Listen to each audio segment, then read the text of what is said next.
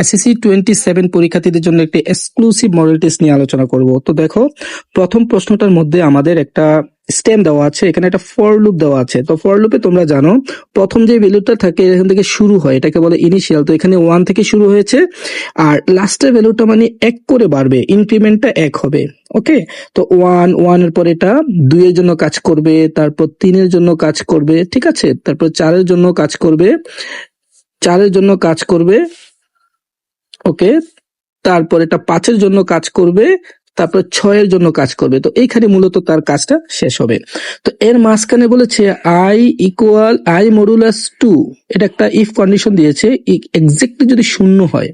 তো দেখো, এটা হচ্ছে i মডুলাস 2 ইকুয়াল শূন্য যখন ইভেন নাম্বার, না, এটা যখন ইভেন নাম্বার হবে তখন এটা কাজ করবে। তো এখানে ইভেন নাম্বার কোনগুলো আছে দেখো, তো এখানে ইভেন নাম্বার হচ্ছে তোমার 2 একটা ইভেন নাম্বার, আর 4 ইভেন নাম্বার, 6 ইভেন নাম্বার। এখন দেখো, প্রথমে i এর মান যখন 1 হবে তখন এটা কাজ করবে না, কারণ এখানে i1 less than modulus 2 equal 0 হয় না। তো এটা এই কন্ডিশনটা যখন কাজ না করবে তখন এটা প্রিন্ট হয়ে যাবে। তো i এর মান প্রথমে 1 প্রিন্ট হবে, পরবর্তী দেখো যখন 2 পাবে তখন কিন্তু প্রোগ্রামটা এখানে ব্রেক হয়ে যাবে, তো আর কিন্তু সামনে আগাইতে দিবে না, তার মানে এটার উত্তর হবে 1। ঠিক আছে, নাম্বার 2 দেখো বলেছে যে what will be the last value of i। দেখো, i এর প্রথম ভ্যালু ছিল 1, পরে কিন্তু i এর ভ্যালু 1 বেড়েছে। তো i এর ভ্যালু 1 বেড়ে 2 যখন হয়েছে তখন এটা ব্রেক হয়েছে, তার মানে অ্যান্সার হবে 2। যখন 2 হয়েছে তখন এটা ব্রেক হয়েছে। ওকে, এবার দেখো কোশ্চেন নাম্বার 3 তে বলেছে which agency has the renewed software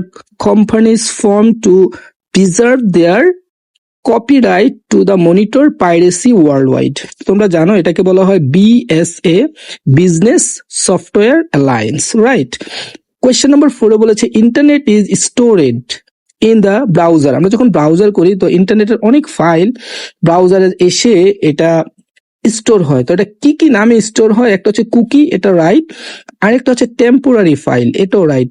E file বলতে কোনো ফাইল আসলে নাই, তাহলে 1 আর 3 হবে তোমার answer, question number answer number C, right.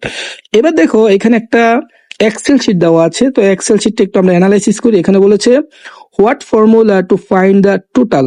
তো এখানে যদি আমরা টোটাল বের করতে চাই, কার বের করতে বলেছে? ওয়াই এর। তো ওয়াই এর টোটালটা হচ্ছে এই ঘরে, দেখো, তো এই ঘরে যদি আমরা বের করতে চাই, টোটালটা যদি বের করতে চাই, যোগ করব, তাহলে এ, দেখো এ এর মান কোন সেলে? এ এইখান থেকে বি থেকে শুরু হবে, তার মানে B3, তার মানে আমাদের অ্যান্সারটা দাঁড়াবে B3। তো তোমরা জানো যে আমরা টোটাল যদি বের করতে চাই এটা রেঞ্জ দিয়ে করা যায়, তো এটা রেঞ্জ হচ্ছে এই সিম্বলটা দিয়ে রেঞ্জ বোঝায়, আর এটা হচ্ছে D3। তো B3 আর D3 কোথায় আছে আমাদের একটু খুঁজে বের করতে হবে, রাইট। এখানে আমরা সাম B3 D3, এই যে দেখো এখানে রেঞ্জ দেওয়া আছে সি নাম্বারে, হ্যাঁ, তার মানে অ্যান্সার হবে সি, রাইট। এবার দেখো কোয়েশ্চেন নাম্বার 6 এ বলেছে what is the formula to find the average of x. তোমরা জানো এক্স এর মান যদি এভারেজ বের করতে চাই আমরা, এই যে দেখো এভারেজের রেঞ্জ বলতে কিছু নাই, প্রথমটার ভিতরে ঠিক আছে, তিনটাকে যোগ করেছে, যোগ দিয়ে 3 দিয়ে ডিভাইড করেছে, আর এখানেও সাম করে কি করেছে, 3 যোগ করছে, তার মানে এটার উত্তর হচ্ছে 1 আর 3, রাইট, 1 আর 3 বি নাম্বারে। ওকে, কোয়েশ্চেন নাম্বার 7 দেখো এখানে বলেছে which one of the following is correct as a variable। তো এখানে সঠিক ভ্যারিয়েবল কোনটা তোমরা জানো, এটা একটা সঠিক ভ্যারিয়েবল, আন্ডারস্কোর ইউজ করা যায়, আর এটা সঠিক না, এটার ভিতরে কি হ্যাশ আছে এই কারণে, আর এটাও সঠিক, তাহলে 1 আর 3 কোথায়? সি নাম্বারে। ওকে, কোয়েশ্চেন নাম্বার 8 এ আমরা চলে যাব। No power is viewed on the monitor for this troubleshooting which specific part we have to check.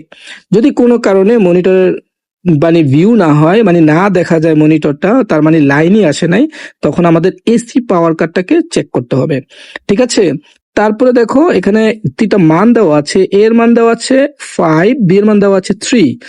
এই যে এখানে প্রিন্ট বলছে এ স্টার স্টার বি, মনে রাখবা দুইটা যদি স্টার হয়, এ এর মান কত? 5, এই 5 এর উপরে বি এর মানটা উঠে যাবে, বি এর মান কত? 3, তো 5 টু দি পাওয়ার 3 তে 125 হয়, মানে 125, রাইট।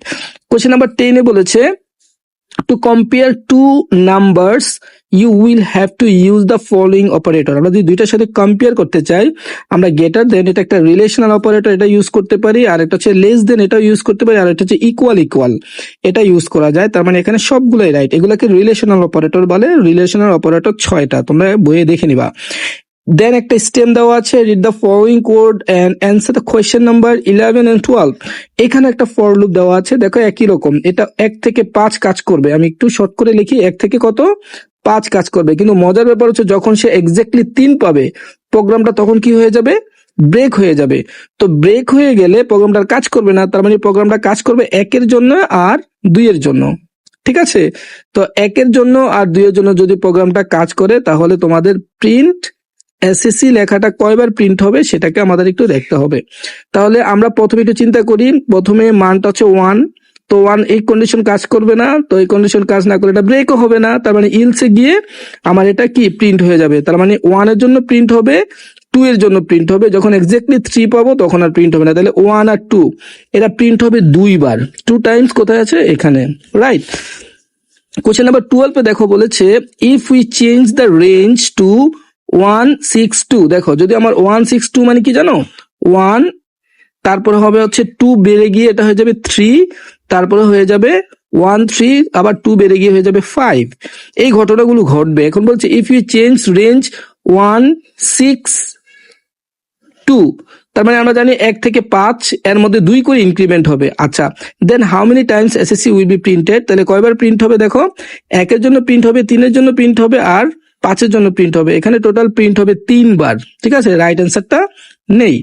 এবার দেখো 30 নম্বরে বলেছে আর সমান সমান 1.5, আর এখানে এটাকে মানে সার্কেল এরকম একটা ভ্যারিয়েবল ধরেছে 2 ইন্টু 3.1416 ইন্টু আর। যদি এরকম হয় তাহলে এখানে বলছে প্রিন্ট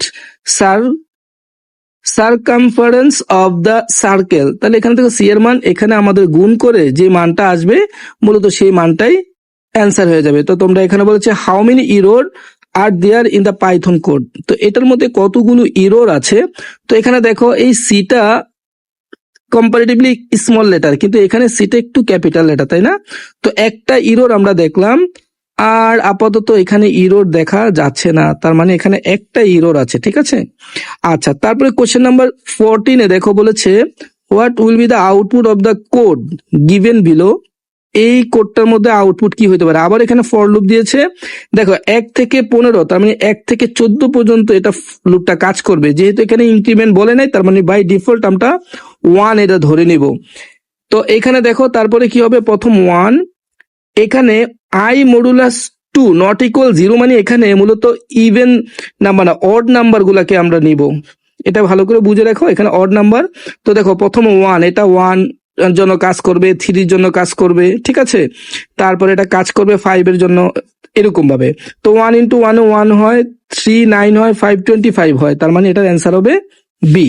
ওকে, কোশ্চেন নাম্বার 15 বলেছে what is the shortcut key for the achieve run command. তো তোমরা জানো উইন্ডোজ আর এটা দিয়ে রান কমান্ড বোঝায়।